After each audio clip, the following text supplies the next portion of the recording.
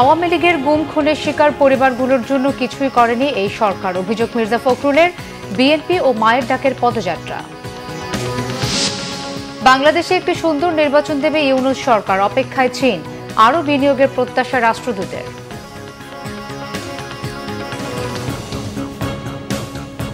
দেখছিলেন crown cement সংবাদ শিরোনাম, এবারে বিস্তারিত। বিগত সরকারের আমলে যারা গুম খুনের শিকার হয়েছেন সেসব পরিবারের জন্য এই সরকার কিছুই করেনি বলে মন্তব্য করেছেন বিএনপি মহাসচিব মির্জা ফখরুল ইসলাম আলমগীর। আমরা বিএনপি ও মায়ের ডাকের যৌথ উদ্যোগে গণতান্ত্রিক পদযাত্রায় শিশু শীর্ষক পথযাত্রা ও শহীদ পরিবারের সম্মাননা অনুষ্ঠানে তিনি এই মন্তব্য করেন। তিনি বলেন, মানুষের কল্যাণে না আসলে সংস্কার কোনো কাজে আসবে না।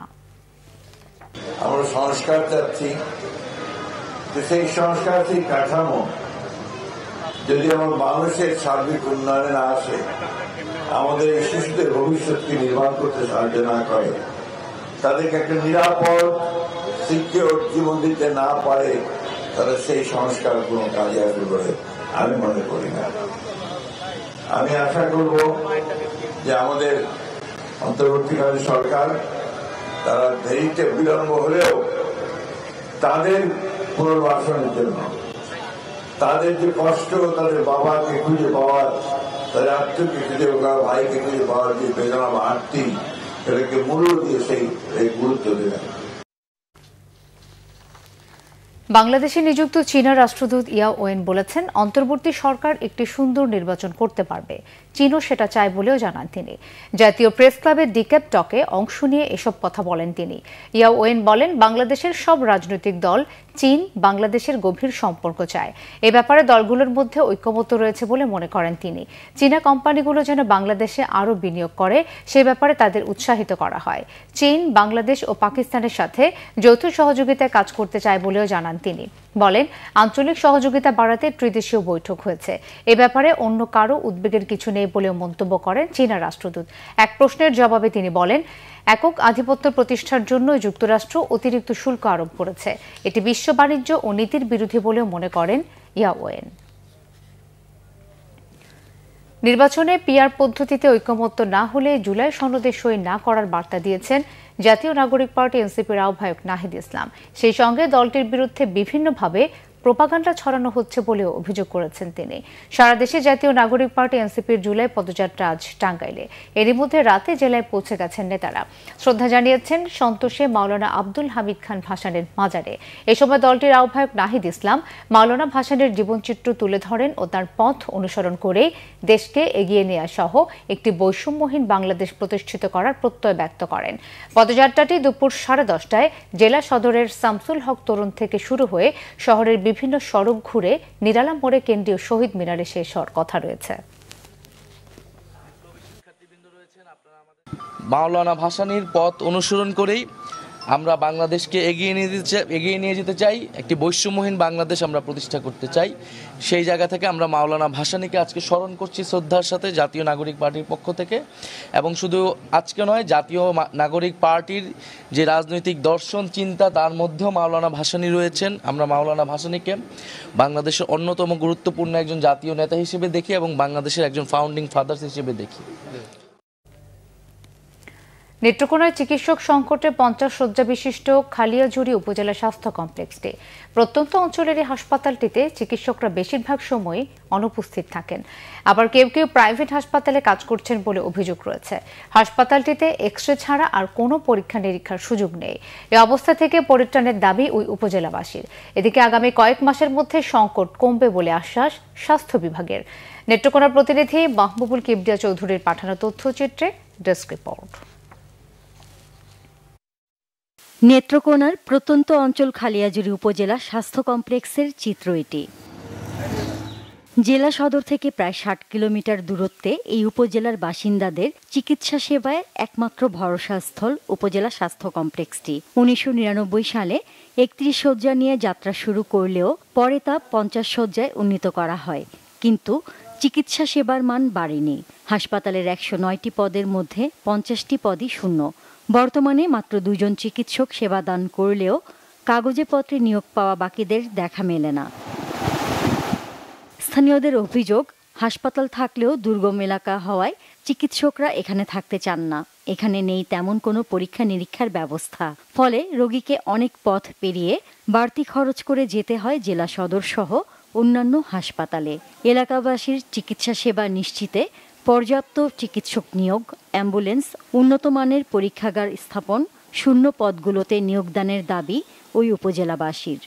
ডাক্তার তো নাই বললেই চলে, নিয়মিত একজন ডাক্তার রাখেন, অন্যান্য ডাক্তাররা 4-5 জন আপনার ওতে দেখায় যে ওনারা এখানে যোগদান আছে, কিন্তু ওনারা ডেপুটেশনে অন্যান্য জায়গায় কাজ করে। লাখ লাখ মানুষের বসবাস, আরও বেশি বেশি ডাক্তারের দরকার, ভালো ডাক্তারের দরকার। ভালো একটা পরীক্ষা নিরীক্ষা করানো যায় না। হঠাৎ করে যদি একটা সমস্যা হয়, মা বাচ্চা দুইজনের অ্যাক্সিডেন্ট হয়, এইখান থেকে আমরা যাওয়ার মতো কোনো সুযোগ সুবিধা আমরা পাই না। নিতে নিতে মা বাচ্চা দুজনের অকাল মৃত্যু হয়। এখন একটা রোগী যদি না আসে বা একটা চিকিৎসা নিতে আসলে খুব বিপদে পড়ে। এই যে হঠাৎ করে রোগী আসলে কিছু করার নেই। দুজনের বেশি ডাক্তার থাকে না, তাও আবার একজন ছুটিতে আর একজন ইমার্জেন্সিতে বসে। খালিয়াজুরি এই স্বাস্থ্য কমপ্লেক্সে ডাক্তারের সংকট খুব বেশি। আমাদের স্বাস্থ্য কমপ্লেক্সে যেন সঠিকভাবে পরিচালনা করতে ডাক্তার, নার্স যা যা লাগে সব কিছু যেন বরাদ্দকৃত হয় এবং সঠিকভাবে চলে। চিকিৎসক নিয়োগ সহ স্বাস্থ্য কমপ্লেক্সের অন্যান্য সমস্যা সমাধানের আশ্বাস দিলেন জেলা সিভিল সার্জন।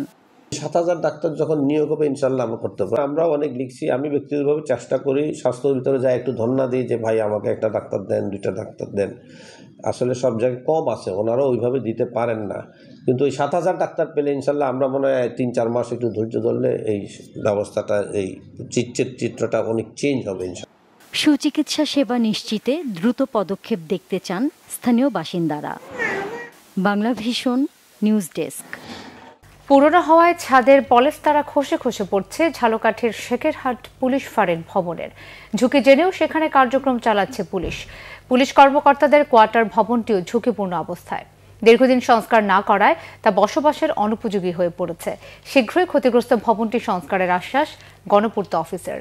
ঝালকাঠির প্রতিনিধি মোহাম্মদ মাসুদুল আলমের পাঠানো রিপোর্টে দেখুন বিস্তারিত।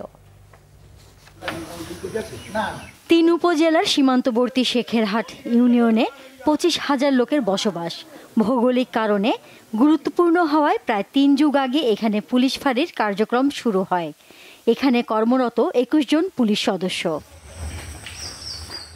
বর্তমান ভবনটি 2001 সালে নির্মাণ করা হয়।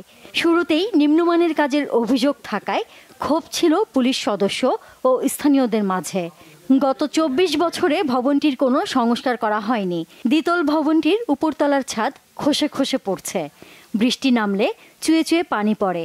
এরপরও ভবনটিতে ঝুঁকি নিয়ে কাজ করছেন পুলিশ সদস্যরা।